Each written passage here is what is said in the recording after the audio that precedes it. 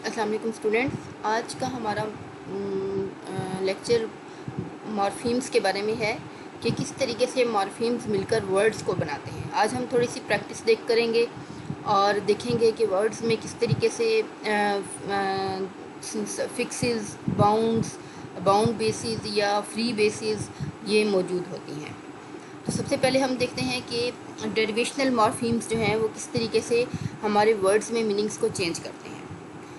We have many more morphemes called derivational affixes. हमारे पास जो हैं बहुत से मॉर्फीम्स हैं जिन्हें हम क्या कहते हैं, डेरिवेशनल एफिक्सेस कहते हैं।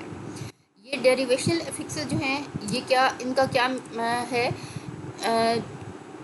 डेरिवेशनल एफिक्सेस जो हैं वो या तो उनके मीनिंग को चेंज कर देते हैं और या फिर वर्ड टाइप को भी चेंज कर देते हैं।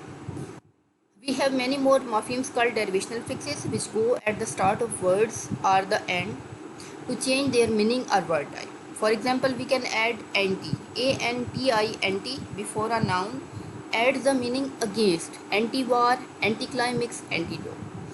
ये जो फोनीम मॉर्फीम जो एंटी है ये क्या करता है, ये अगेंस्ट के मीनिंग में आता है। जब भी किसी भी वर्ड के साथ, किसी स्टेम के साथ जब ये प्रीफिक्स एंटी मिलेगा तो अगेंस्ट का मीनिंग आ जाएगा, जैसे कि एंटी वार, एंटी क्लाइमिक्स और एंटीडोट है। एंटी का मतलब होता है before.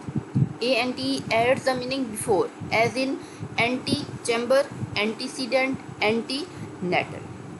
But beware, sometimes the meaning anti is spelled anti, as in anticipate, antique.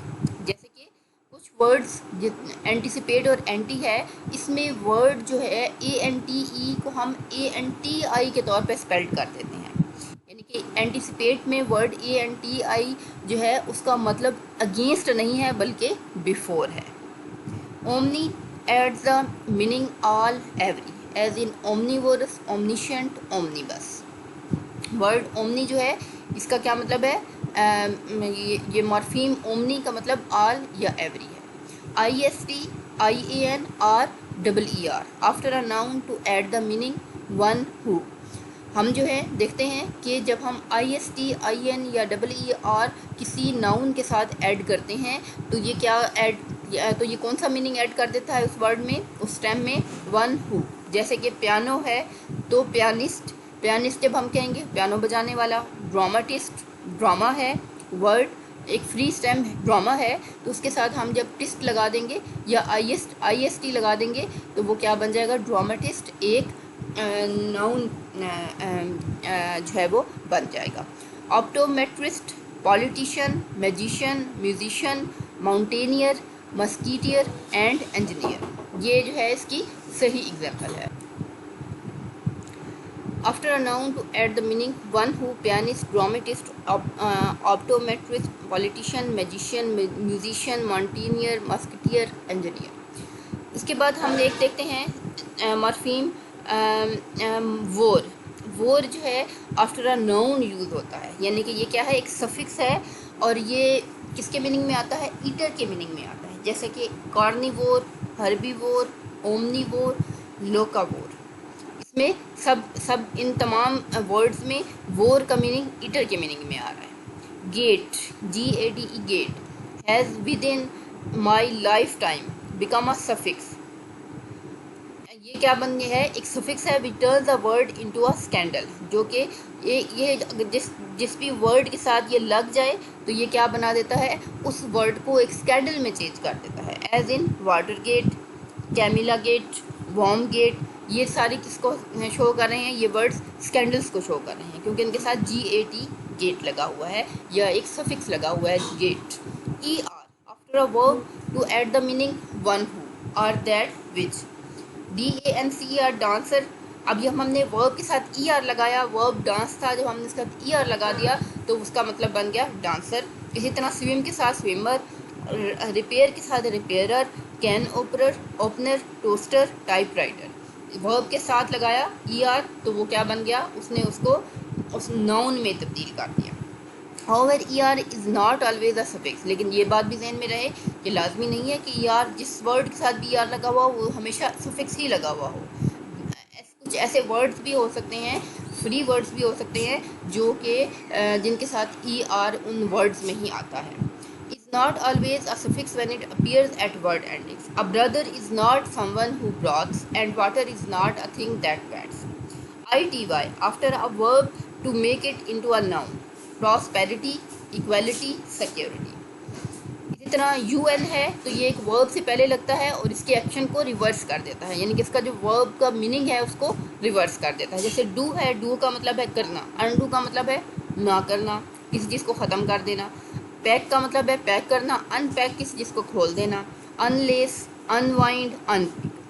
इसके बाद एमिएंटीमेंट है, इसको हम वर्ब के बाद लगाएं तो ये उस वर्ब को एक नाउन में चेंज कर देता है। जैसे कि एम्बेरसमेंट, एम्बेरसमेंट एम्बेरस है, एक वर्ब है और उसके साथ जब मेंट लग गया तो ये एक नाउन बन गया। एल वाई, ये तो आपको पता ही है, मोस्टली कहा जाता है जिनके वो वर्ड्स जिनके एंड पे एल वाई आ रहा हो वो एडजेक्टिव होते हैं, या एडजेक्टिव के एंड पे मोस्टली एल वाई आता है। जब किसी एडवर्ब के एंड पे जब हम किसी एडजेक्टिव के साथ एल वाई जो है वो लगा देते हैं तो वो क्या बन जाता है, एडवर्ब आ जाता है। सॉरी, ये थोड़ी सी मिस्टेकनली मैंने कह दिया, एडवर्ब के साथ हमेशा एल वाई आता है, और जिन वर्ड्स में एल के एंड पे एल वाई हो वो मोस्टली एडवर्ब्स ही होते हैं। तो एडजेक्टिव के साथ जब हम एल वाई लगा दें तो वो एडजेक्टिव एडवर्ब में तब्दील हो जाता है। जैसे कि काइंडली, काइंड एक एडजेक्टिव है, जब हमने इसके साथ एल वाई लगा दिया तो वो क्या बन गया, काइंडली एक एडवर्ब बन गया। इसी तरह क्वाइट है, क्वाइट एक एडजेक्टिव है, जब हमने इसके साथ एल वाई लगा दिया तो वो एडवर्ब बन गया। O U S after an adjective to add the meaning full of or possessive. जब हम किसी एडजेक्टिव के साथ ओ यू एस लगा देते हैं तो उसका मतलब है कि वो उस क्वालिटी से भरा हुआ है, उस क्वालिटी से भरपूर है। जैसे जॉय है, जॉय एक एडजेक्टिव है, जॉय जो है वो जब हम जॉयस लगा देंगे, ओ यू एस लगा देंगे तो वो क्या बन जाएगा, वो एक ऐसा मीनिंग देगा कि जैसे वो भरपूर हो। जैसे जॉयस खुशी से भरपूर, नर्वस, स्पेशियस। इसी तरह से आपने ये तमाम जो मॉर्फीम्स मैंने करवाए हैं आपको, और ये सफिक्सेस और प्रीफिक्सेस हैं, इनसे आपने एटलीस्ट 5 वर्ड्स बनाने हैं। उनमें प्रीफिक्स, बेस और सफिक्स को अच्छे तरीके से हाईलाइट करना है या अंडरलाइन करना है, बताना है उसमें कि ये वर्ड का ये पार्ट प्रीफिक्स है, वर्ड का ये वाला पार्ट बेस है और वर्ड का ये वाला पार्ट सफिक्स है। ठीक है, ये आपके असाइनमेंट का एक क्वेश्चन है। और उन वर्ड्स, जो भी आप वर्ड्स लिखेंगे, जैसे आप ओ यू एस से अगर आप वर्ड्स बनाना चाहते हैं तो आप क्या करेंगे, आप इंटरनेट पे सर्च करेंगे कि ओ यू एस से बनने वाले वर्ड्स कौन से हैं, ऐसा कौन से वर्ड्स हैं जिसमें ओ यू एस आता है या वो ओ यू एस एज आ सफिक्स आता है। तो उसमें आपने इन तमाम चीज़ों को, एफिक्सिस को, प्रीफिक्सिस को और सफिक्सेस को जो है या बेस वर्ड्स को आपने अंडरलाइन करके मेंशन करना है, और उनका हर वर्ड का आपने मीनिंग भी मेंशन करना है कि इस वर्ड का क्या मीनिंग है। ये आपकी असाइनमेंट है। उसके बाद हम देखते हैं both inflectional and derivational affixes are used productively to make new words. Affixes जो हैं इन्फ्लेक्शनल हों या डेरिवेशनल हों, उनके साथ न्यू वर्ड्स बनाए जाते हैं। Children typically experiment with them a lot when learning to speak. और आपने अक्सर बच्चों को इस तरह की छोटी छोटी मिस्टेक्स करते हुए देखा होगा। आई रर्नड एंड फॉल्ड ओवर, हालांकि क्या आना चाहिए, आम सही तरीके से जो ग्रामेटिकली आना चाहिए आई रैन एंड फेल ओवर आना चाहिए, लेकिन जो बच्चे अभी इंग्लिश सीख रहे होते हैं, ग्रामर सीख रहे होते हैं, वो अक्सर रैन के बजाय रर्नड लगा देते हैं और फेल ओवर के बजाय फॉल्ड लगा देते हैं। इट्स द फनेस्ट, फनेस्ट के बजाय फनीएस्ट के बजाय वो क्या लगा देते हैं, फनेस्ट लगा देते हैं। तो ये मिस्टेक्स होती हैं ग्रामेटिकल बच्चों की, तो उसमें जो है वो उनको ये नहीं पता चलता कि कहाँ पर मॉर्फीम ईडी लगाना है और कहाँ पर नहीं लगाना। These affixes also tend to have predictable spelling patterns. हाँ जी, इसमें ये जब ये फिक्सेस हैं, अगर हम इनको अच्छे तरीके से समझ लें तो ये हमारे जो स्पेलिंग पैटर्न्स हैं वो प्रिडिक्टेबल हो जाते हैं। So that once you know how build words in spoken language using the suffix ful, FUL एक फुल जो है वो सफिक्स है। जब आपको पता चल जाता है कि आपने फुल के साथ, सफिक्स फुल के साथ किस तरह से वर्ड्स बनाने हैं and you know how to spell words like fearful, joyful and willful। तो आपको पता होगा कि fearful के साथ, क्योंकि fear और fear के साथ हमने फुल फिक्स लगा के उसको fearful बना दिया है, तो हम यहाँ पर कभी भी डबल एल नहीं लगाएंगे, क्योंकि सफिक्स जो होता है वो क्या होता है, वो FUL होता है, FULL नहीं होता। इसी तरह I can tell you about something successful and ask you to write it down and you will put FUL not FULL या FEL or something else। तो आपको जब मैं कहूँगी कि फुल का सफिक्स लगाकर आप डिफरेंट वर्ड्स बनाएं, तो आप कभी भी उसमें FULL नहीं लगाएंगे, क्योंकि सफिक्स जो है वो FUL होता है, FULL नहीं होता। People learn the fixes in spoken language naturally because that's how our brains are wired, but major spelling patterns like this should be taught। लेकिन कुछ स्पेलिंग जो हैं वो टॉट किए जाने चाहिए, क्योंकि स्पेलिंग का जो प्रोसेस है वो कोई नेचुरल प्रोसेस नहीं है, because spelling is a learn skill not a natural process. अब हम कुछ जो है मॉर्फोलॉजी की कुछ टर्म्स देख लेते हैं। बाउंड स्टेम्स कौन सी होती हैं, इनको समटाइम्स जो है वर्ड रूट्स भी कहा जाता है। There are a further set of morphemes in English which are not words by themselves. अब कुछ फ्री स्टेम्स होती हैं और कुछ बाउंड स्टेम्स होती हैं। बाउंड स्टेम्स वो होती हैं जो कि अपना मीनिंग नहीं रखती, but do carry specific meanings and which can be made into new words by adding one or more prefixes or suffixes. These are called bound stems or word roots। ये जो है अपने आप में वर्ड्स तो नहीं है, लेकिन इनके कुछ स्पेसिफिक मीनिंग्स ज़रूर होते हैं। These are called bound stems or word roots। For example, the stem tele means far off, as in telegram, television and teleport। The stem phone meaning sound gives us phoneme, euphonium, and if combined with the stem telephone, a bit like a compound word but made out of two stems। यानी कि telephone जो है वो tele लगाकर उसके बाद phone लगा दिया तो वो क्या बन गया, टेलीफोन जो बन गया एक कंपाउंड वर्ड की तरह बन गया। The bound stem VAC means empty, as in vacuum, evacuate and vacant, even though it is not pronounced the same in all three। English tends to keep stems spelled the same even when their pronunciations vary considerably। Think of the anthrop meaning man in anthropology and misanthrope, so it's useful to be taught some of the most common bound stems। इसलिए ये जो है useful है कि हमें जो है most common bound stem जो है उनको क्या किया करें, हम उनको आइडेंटिफाई करें, उनको मुख्तलिफ वर्ड्स निकालें और उनमें देखें कि किस किस में कौन कौन सी बाउंड स्टेम्स पाई जाती हैं। Word cropping, we get the word Thursday from the Old English words meaning Thorsday. Thor being the Germanic god of throwing hammers across the sky creating thunder. अब ये जो वर्ड थर्सडे है ये old English से आया है, जिसका मतलब क्या है, थॉर्सडे है। अब थोर क्या है, थोर जो है वो गॉड है, जर्मैनिक गॉड है। जर्मैनिक एक ट्राइब था, एक कबीला था जो, और उनका ये कंसेप्ट था कि आसमानों पर एक ऐसा देवता पाया जाता है कि जो कि क्या करता है, जो कि हथौड़ा लेके खड़ा हुआ है, और वो जब आसमान पर हथौड़ा बरसाता है तो क्या हो जाता है, बादल गरजने शुरू हो जाते हैं। तो थर्सडे जो है वो एक ये कंसेप्ट लिया जाता था कि थर्सडे जो है वो दिन है जब बादल गरजते हों। To most of us Thurs is now just a stem that is part of the name of a day. अब हमारे लिए ज़्यादातर जो है थर्स जो है वो क्या है, एक स्टेम है जो कि नेम ऑफ अ डे का एक पार्ट है। It's not a meaningful unit, लेकिन ये एक मीनिंगफुल यूनिट नहीं है। जैसे कि बर्थ है, ड्रीम है, लाइट है या होली है, जिनको हम डे के साथ कंबाइन करें तो हमें क्या मिल जाते हैं, न्यू वर्ड्स मिल जाते हैं, जैसा कि birthday, daydream, daylight and holiday. If I said I am having a little thursmo, I am feeling थर्सिश।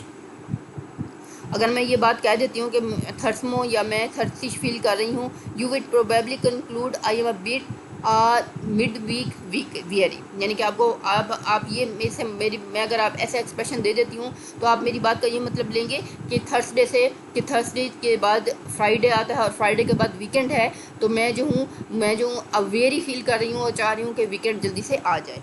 And wish the weekend would hurry up and come. You would not expect me to start throwing thunders around the office, लेकिन आप मुझे ये नहीं कहेंगे कि मैं जो हूँ क्या करना शुरू कर दूँ, हैमर्स या हथौड़े बरसाना शुरू कर दूँ। Words that are in current English made of two or more morphemes can also be sometimes be cropped but still carry the meaning of the longer word। बहुत से वर्ड्स जो कि इंग्लिश में 2 या 3 मॉर्फीम से मिलकर बने हुए होते हैं, उसमें हम ये देखते हैं कि ज़्यादातर मीनिंग जो है वो लॉन्गर वर्ड का ही आता है, which is how the prefix dis came to mean disrespect. जो प्रीफिक्स डिस है उसको हम डिसरिस्पेक्ट के साथ लगाते हैं तो वो क्या हो जाता है, डिसरिस्पेक्ट बन जाता है। But the same cropping also happens to single morpheme words e g. Bro which crop to brother. लेकिन हम ये नहीं कह सकते कि ब्रदर में जो है ब्रदर में जो ब्रो है वो क्या है, वो भी एक सिंगल मॉर्फीम है and is now being used as a morpheme in its own right in words like bromance. और अब इसको जो अब जो है हम क्या समझ रहे हैं, ये इनको क्या समझा जा रहा है, एक मॉर्फीम समझा जाता है, ठीक है। जो जैसे कि वर्ड्स ब्रोमेंस है तो इसमें जो है ब्रो जो है वो क्या है, एक मॉर्फीम है। फ्री बेस कौन सी होती है, a base that can stand free as a word is called a free base. एक ऐसा बेस जो कि अपने आप में एक फ्री मीनिंग रखता है, हम उसे फ्री बेस कहते हैं। If you remove the prefix re from the word recharge, अगर हम प्रीफिक्स री हटा दें रिचार्ज में से तो हमारे पास क्या रह जाएगा, we are left with charge which is a free base. हमारे पास चार्ज रह जाएगा जो कि एक फ्री बेस है। उसके बाद हमारे पास कंसेप्ट है free stem, a stem that can stand free as a word is called a free stem. If we remove the prefix re from the word recharge, we are left with charge, which is a free stem. Charged is a free stem that contains the free base charge plus the suffix ed। इसलिए charged भी जो है वो क्या है, उसमें charge जो है वो क्या है, एक free base है, बेस या फ्री स्टेम है, और उसमें हम ed हमारे पास क्या आ गया, सफिक्स आ गया। इसी तरह हम बाउंड बेस देखते हैं, a base that can not stand free as a word is called a bound base. A bound base has to have a prefix or a suffix or another base added to it to make it into a word। अब bound base जो है वो bound है क्योंकि वो अपने आप में एक मुकम्मल मीनिंग नहीं रखती है, तो वो बेस, लेकिन वो अपने आप में मीनिंग नहीं रखती। If we remove the prefix re from the word reject, अगर हम प्रीफिक्स री हटा देते हैं रिजेक्ट में से तो हम जो है हमारे पास क्या रह जाता है, बाकी जेक्ट रह जाता है जो कि एक बाउंड बेस है क्योंकि इसका अपने आप में कोई मीनिंग नहीं है। You can reject something but you can't just ject it. Bound stem, a stem that can not stand free as a word is called a bound stem. If we remove the word prefix re from the word rejection, we are left with jection, which is a bound stem that contains the bound base ject and the suffix ion। और हम जो है जो bound base है उसमें हम ये जेक्शन जो है वो एक बाउंड स्टेम है जिसमें हम जो है हमारे पास जो है बाउंड बेस जेक्ट है और एक सफिक्स ion है। इनके मीनिंग्स आप अच्छे तरीके से, इनकी डेफिनेशन अच्छे तरीके से याद कर लें और समझ लें। एग्जाम्पल्स क्या हैं, each of the following words contains a prefix, a bound base and suffix. हर उसमें जो है ये जो नीचे मैंने वर्ड्स दिए हुए हैं इसमें हर वर्ड में एक बाउंड बेस मौजूद है, एक प्रीफिक्स मौजूद है और सफिक्स मौजूद है। Notice the instance of final E deletion, इसमें हम जो है हम फाइनल ई की हम क्या कर देते हैं, डिलीट कर देते हैं, उसकी हम डिलीशन हो जाती है फाइनल ई। जैसा कि वर्ड क्या है, प्रोस्पेक्टिंग, इसमें प्रीफिक्स क्या है, प्रो है, स्पेक्ट जो है वो एक बाउंड बेस है और ING इसमें सफिक्स है। इसी तरह प्रोड्यूसर, अब यहाँ पर जो है प्रोड्यूस में आप देखें DUCE आ जाता है, ड्यूस बाउंड बेस है, लेकिन जब हम प्रोड्यूसर लिखते हैं तो हम इसमें जो बेस का ई है उसको क्या कर देते हैं, डिलीट कर देते हैं। ये जो मैंने आपको कहा है कि फाइनल डिलीशन जो है बाउंड बेस में एक अगर एंड पे ई हो तो हम उसको क्या कर देते हैं, मोस्टली डिलीट करके उसमें ई और सफिक्स लगा देते हैं। डिसेप्शन, इसमें प्रीफिक्स डी है, सेप्ट जो है वो एक बाउंड बेस है और ION इसमें सफिक्स है। तो स्टूडेंट्स आज का हमारा इतना ही लेक्चर है और मैं आपको इसके साथ एक असाइनमेंट दे रही हूँ जिसमें आपने जैसे जैसे मैंने कहा गया है आपने करना है, और वो असाइनमेंट आपकी हैंड रिटन होगी। जिसमें से एक क्वेश्चन तो मैंने आपको बता दिया इसी लेक्चर में कि आपने क्या करना है कि जो मैंने आपको डिफरेंट एफिक्सेस दिए हैं, डेरिवेशनल एफिक्सेस दिए हैं, उनके ज़रिए अपनी हर एफिक्स से, चाहे वो प्रीफिक्स है या सफिक्स है, हर एफिक्स से आपने 5 वर्ड्स बनाने हैं। उसमें आपने वाज़िया बताना है कि उसमें उन वर्ड्स में प्रीफिक्स कौन सा है, बेस वर्ड कौन सा है और सफिक्स कौन सा है, स्टेम रूट है, या जो भी उसमें आपके कंपोनेंट्स होंगे उस वर्ड के, उसमें आपने उस वर्ड को अच्छे तरीके से शो करना है। ये आपकी आज की असाइनमेंट है। और इसके अलावा आपको ये वर्ड फाइल्स जो मैंने अब 3 लेक्चर्स हैं, इन तीनों लेक्चर्स की वर्ड फाइल्स भी भेज दूंगी। और आपकी असाइनमेंट जो है वो हैंड रिटन होनी चाहिए, और as soon as possible Monday या ट्यूसडे तक आपकी, यानी कि ईद से पहले पहले आपकी कॉलेज में जो असाइनमेंट है वो सबकी पहुंच जानी चाहिए। तो ये आपका जो है आज का लेक्चर है, और इस लेक्चर में मैं थोड़ी सी आपको वो असाइनमेंट भी दिखा देती हूँ, और ताकि आपको जो है वो पता चल जाए कि इसमें आपने क्या क्या करना है। ये आपकी असाइनमेंट है। इसमें आपने जो है क्वेश्चन नंबर 1 जो है वो, जो कि मैंने आपके लेक्चर में क्वेश्चन नंबर 1 शो किया है, वो आपने एक वो करना है। उसके बाद ये कुछ आपकी जो कंसेप्ट्स हैं उनको मैंने फिल इन द ब्लैंक्स की सूरत में दिया है, ये आपने इनको सॉल्व करना है।